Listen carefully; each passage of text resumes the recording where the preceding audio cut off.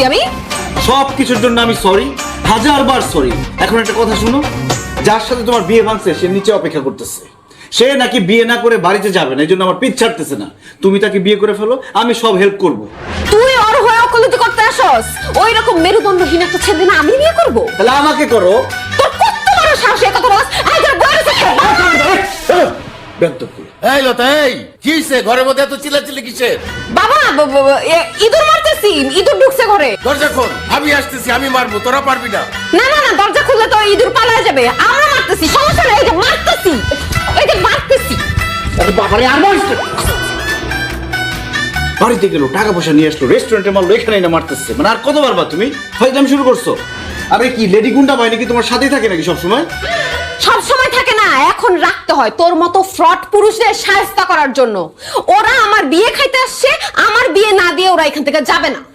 ও, তাহলে তো খুবই ভালো হইলো। চলো আমরা বিয়ে করে ফেলি। আপনাকে না চান্দু। এই তোদের কারো এই ফ্রকটারে ভাল লাগে? না না